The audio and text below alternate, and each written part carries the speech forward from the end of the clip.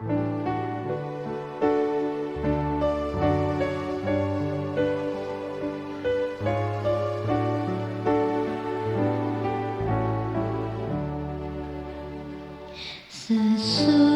malam fajar mereka bersama Yesus, surga mulai. Habislah kerja, oh fajar mulia. Sesudah malam hari bermain. Sesudah malam pertemuan indah, tiada menangis, tiada kesal. Di negeri mulia tak lagi pisah. Sesudah malam hidup kekal. Shalom pemirsa yang diberkati Tuhan. Bertemu kembali dalam seri renungan pagi. Mari kita bersatu dalam doa. Tuhan Allah Bapa kami dalam kerajaan surga, terima kasih Bapa atas penyertaan-Mu sepanjang malam Bapa, di mana pada pagi hari ini kami telah bangun dari tempat tidur kami dan menghirup udara yang segar Bapa. Ya Bapa, di mana pagi hari ini kami akan terlebih dahulu mendengar sedikit firman-Mu yang akan hamba sampaikan. Ya biarlah sekiranya firman ini menjadi berkat dalam kehidupan kami masing-masing. Di dalam nama Yesus kami berdoa. Amin. Renungan pagi harian Senin, 29 Januari 2024. Judul, Teladan Sempurna.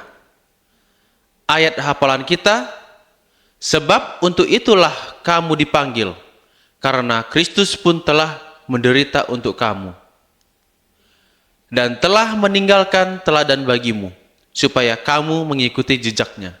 1 Petrus 2 ayat 21. Mereka yang berbicara ketidakpercayaan akan memiliki sedikit semangat ketika langit cerah, dan semuanya menggembirakan. Dan ketika pertempuran semakin sulit, ketika kita harus berharap sesuatu yang bertentangan dengan harapan, dan mendesakkan permohonan kita ke tahta kasih karunia melalui kegelapan pekat, maka orang-orang yang tidak percaya akan membicarakan tanah bermain Kanaan. Tetapi dalam cara menonjolkan bahaya yang harus dihadapi, mereka akan tinggal di tembok-tembok yang kuat dan raksasa-raksasa yang harus dihadapi. Ketika bahasa Kaleb yang setia terdengar, negeri ini adalah negeri yang sangat baik. Jika Tuhan berkenan kepada kita, maka Dia akan membawa kita ke negeri ini dan memberinya kepada kita.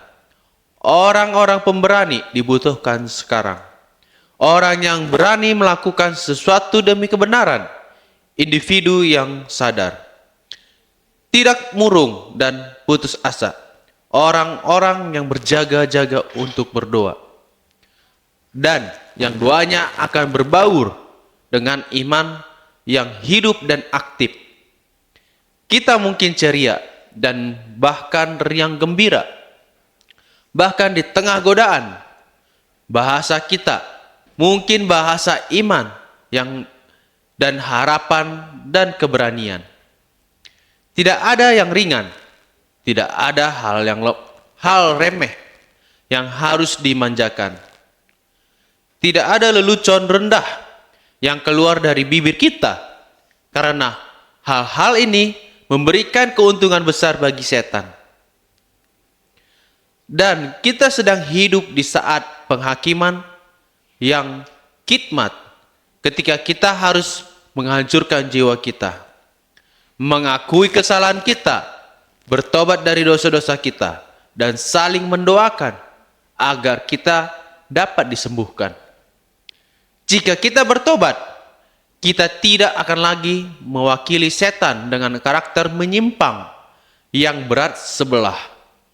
Tetapi dalam karakter, perkataan, dan tindakan, kita akan menyesuaikan diri dengan teladan sempurna yang diberikan kepada kita dalam kehidupan Kristus. Kecuali kita mengikuti teladan ini, praktik jahat akan mengukuhkan kita dalam jerat setan. Kita tidak boleh berlama-lama dengan si penggoda, bertahan dalam satu kebiasaan yang salah, menyayangi satu dosa kesayangan. Jika kita mengakui dan meninggalkan dosa kita, jika kita datang kepada Yesus dalam penyesalan dan kerendahan hati, mengakui ketidakmampuan kita untuk menghilangkan satu titik atau satu noda dosa, dan bersandar sepenuhnya pada jasa juru selamat yang disalibkan, kita dapat mengharapkan pengampunan karena firman-Nya telah dijanjikan. Dia telah berfirman bahwa Dia akan mengampuni pelanggaran kita dan menghapus dosa kita.